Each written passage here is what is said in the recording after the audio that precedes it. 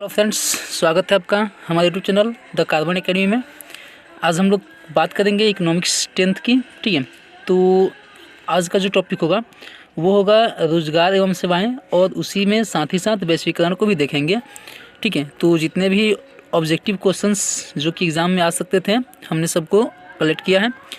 तो फटाफट अगर आप हमारे यूट्यूब चैनल पर नए हैं तो सब्सक्राइब कर दीजिए और बेल आइकन दबा दीजिए। चलिए देखते हैं पहला क्वेश्चन क्या है।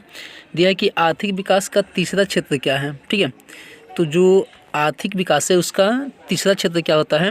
ऑप्शन में है कृषि क्षेत्र, विज्ञान क्षेत्र, शिक्षा या सेवा। ठीक है, तो जो पहला होता है वो कृषि होता है, दूसरा जो होता है वो औद्योगिक क्षेत्र होता है, और जो तीसरा होता है वो सेवा क्षेत्र होता है। ठीक है, तो आंसर क्या हो जाएगा, आंसर हो जाएगा सेवा क्षेत्र। क्लियर।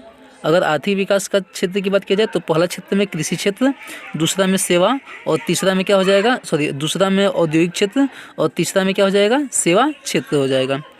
क्लियर। अगला क्वेश्चन क्या है, कह रहा है कि मानव पूंजी के प्रमुख घटक कितने हैं। ठीक है, तो मानव पूंजी के घटक कितने होते हैं भाई। तो मानव पूंजी के जो घटक होते हैं, अब ऑप्शन में दिया है कि 1, 6, 4, 5 और 8। ठीक है, तो जो मानव पूंजी के घटक होते हैं वो 5 होते हैं। ठीक है, कौन कौन से होते हैं भाई। तो जो मानव पूंजी है, मानव पूंजी के जो 5 घटक हैं, ठीक है, वो होते हैं आपके भोजन, आवास, वस्त्र, स्वास्थ्य और शिक्षा। ठीक है, तो मानव पूंजी के कितने घटक, मानव पूंजी के 5 घटक होते हैं। कौन कौन से, तो भोजन, वस्त्र, आवास, स्वास्थ्य और शिक्षा। ठीक है, चलिए अगला क्वेश्चन देखते हैं। अगला क्वेश्चन क्या है, कौन बीमारू राज्य नहीं है। ठीक है, तो बीमारू राज्य की श्रेणी में कौन नहीं आता है। तो ऑप्शन देखिए, बिहार, मध्य प्रदेश, कर्नाटक और उड़ीसा। ठीक है, तो जैसे कि बीमारू बनता है BIMARU। ठीक है, तो BI से बिहार, MA से मध्य प्रदेश,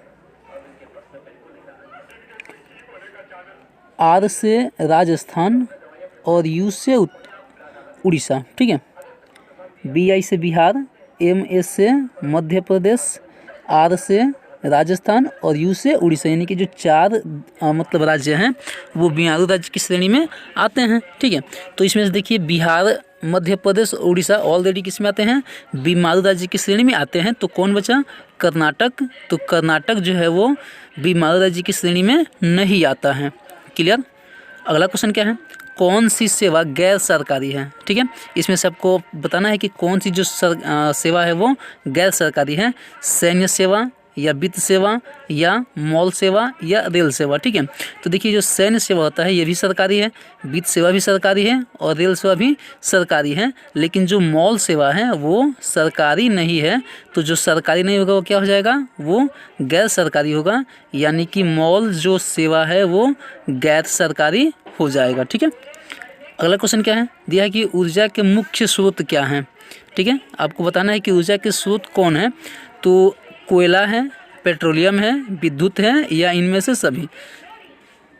तो याद रखिएगा कि चूँकि ये जो तीनों दिखाई दे रहे हैं, कोयला, पेट्रोलियम और विद्युत, ये सभी क्या है, ऊर्जा के स्रोत है। ठीक है, इसलिए आंसर क्या हो जाएगा, आंसर हो जाएगा ये सभी हैं।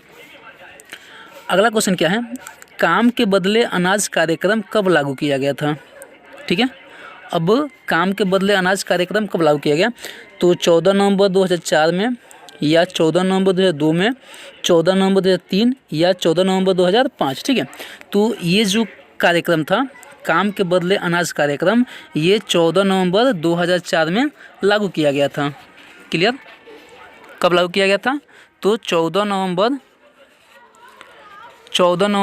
2004 में ये लागू किया गया था, काम के बदले अनाज कार्यक्रम। ठीक है, चलिए अगला क्वेश्चन देखते हैं। अगला क्वेश्चन है कि राष्ट्रीय ग्रामीण रोजगार कार्यक्रम कब लागू किया है। ठीक है, राष्ट्रीय ग्रामीण रोजगार कार्यक्रम कब लागू किया गया।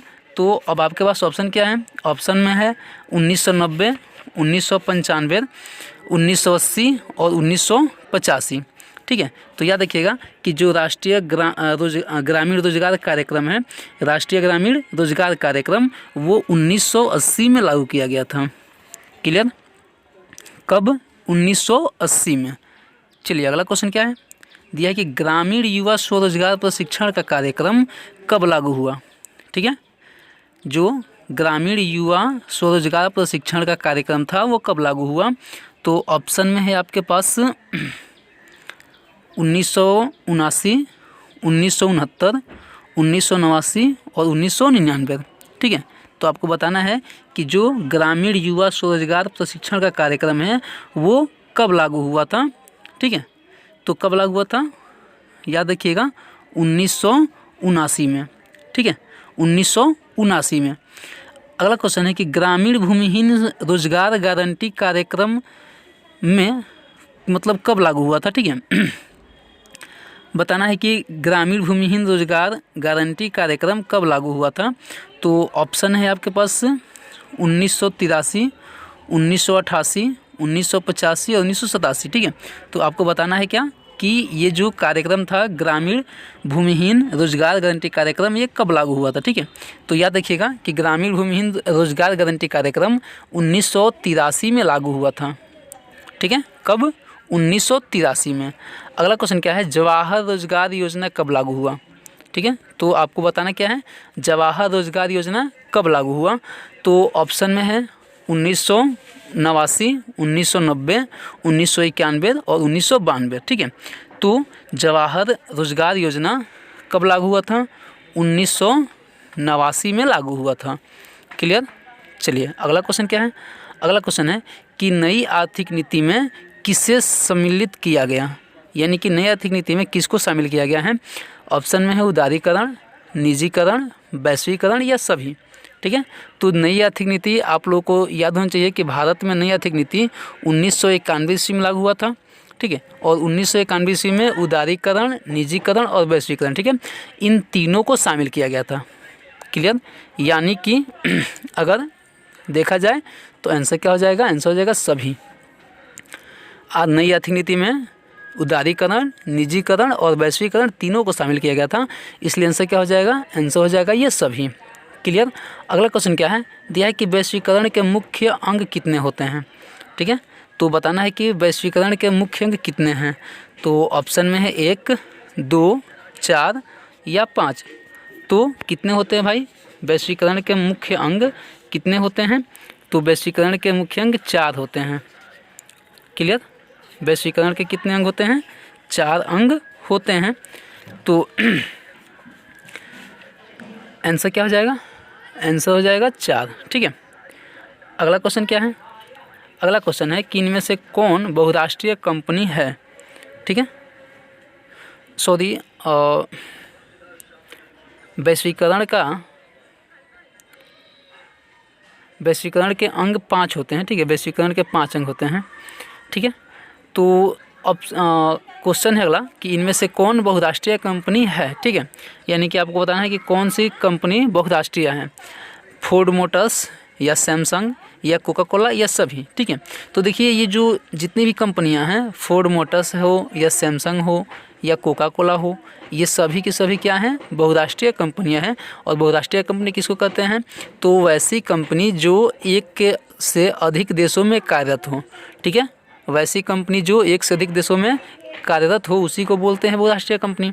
तो ये जो फोर्ड मोटर्स है, सैमसंग है, कोका कोला है, ये सभी मतलब कंपनियां एक से अधिक देशों में कार्यरत हैं, इसलिए ये सब क्या हैं, बहुराष्ट्रीय कंपनियां हैं। तो आंसर क्या हो जाएगा, आंसर नंबर डी हो जाएगा सभी। ठीक है, चलिए अगला क्वेश्चन क्या है, अगला क्वेश्चन है कि वैश्वीकरण का अर्थ है।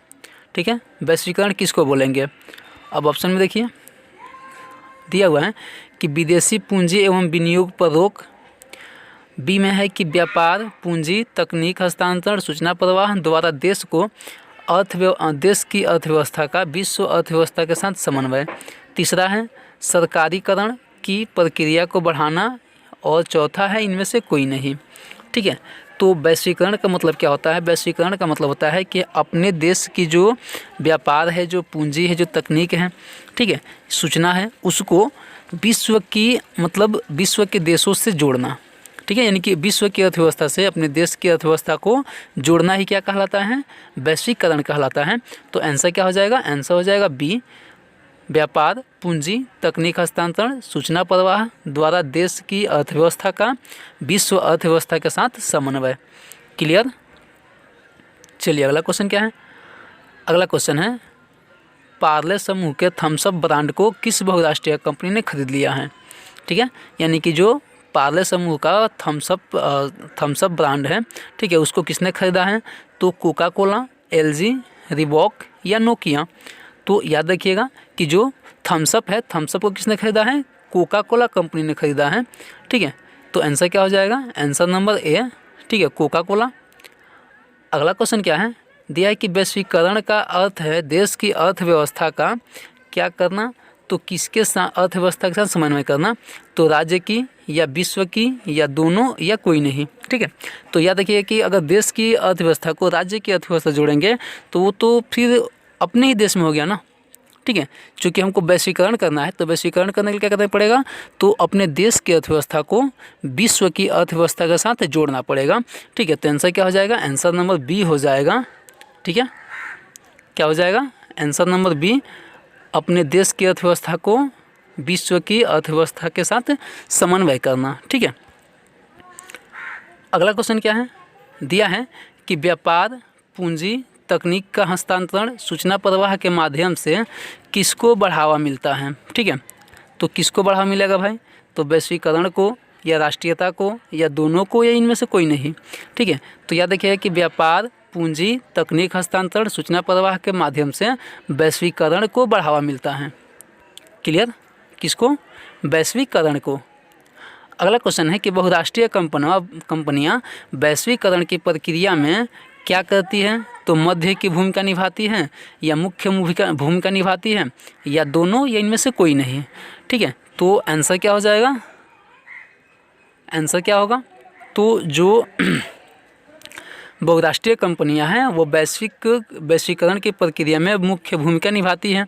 ठीक है, क्योंकि वैश्वीकरण का मतलब क्या होता है, एक देश को दूसरे देश की अर्थव्यवस्था से जोड़ना। ठीक है, और वो कौन काम करती है, तो जो बहुराष्ट्रीय कंपनियां होती हैं वो ये काम करती हैं। ठीक है, तो आंसर क्या हो जाएगा, आंसर हो जाएगा कि जो बहुराष्ट्रीय कंपनियां हैं वो वैश्वीकरण की प्रक्रिया में मुख्य भूमिका निभाती हैं। ठीक है, अगला क्वेश्चन क्या है, अगला क्वेश्चन है कि विदेशी व्यापार विश्व के देशों के बाज़ारों को जोड़ने का काम करती है या तोड़ने का काम करती है या दोनों या कोई नहीं।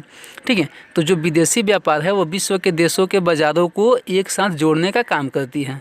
क्लियर, आंसर क्या हो जाएगा, आंसर नंबर ए, विदेशी व्यापार विश्व के देशों के बाज़ारों को एक साथ जोड़ने का काम करती है। अगला क्वेश्चन है कि WTO की स्थापना सन किस में हुई थी भाई। तो WTO की स्थापना अब आपको बताना है कि 1990 में या 1995 में या 1980 या 1985। ठीक है, कब हुआ था WTO की स्थापना।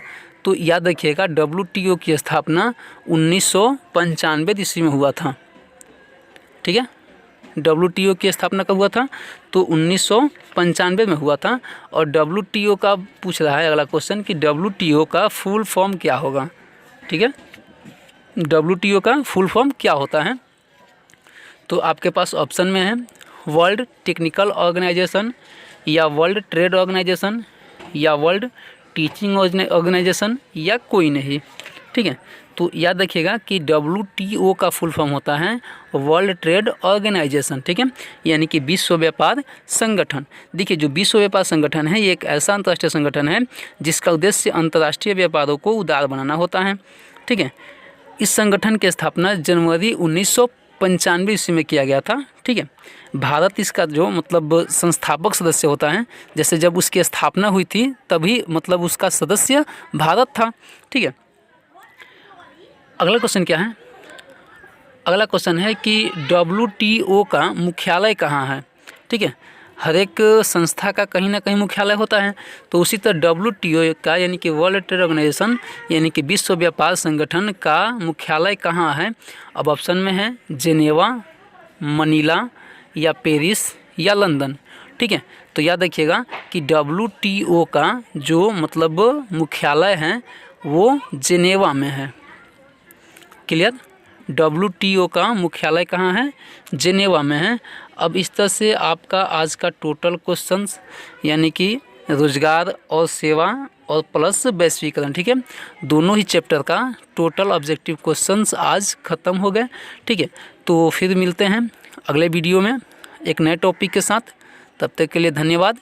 और आप अभी तक हमारे यूट्यूब चैनल को सब्सक्राइब नहीं किए हैं तो प्लीज़ यूट्यूब चैनल सब्सक्राइब कर लीजिए, ताकि आपको हर एक वीडियो, चाहे वो सोशल साइंस हो, मैथ्स हो, इंग्लिश हो, हिंदी हो, हर एक टॉपिक का वीडियो आपको इस यूट्यूब चैनल पर उपलब्ध हो जाएगा। तो आप लोग चैनल को सब्सक्राइब कर लीजिए, मतलब जो भी फर्दर अपडेट होंगे उसके लिए आपको चैनल सब्सक्राइब करना पड़ेगा और बेल आइकन दबा लीजिएगा।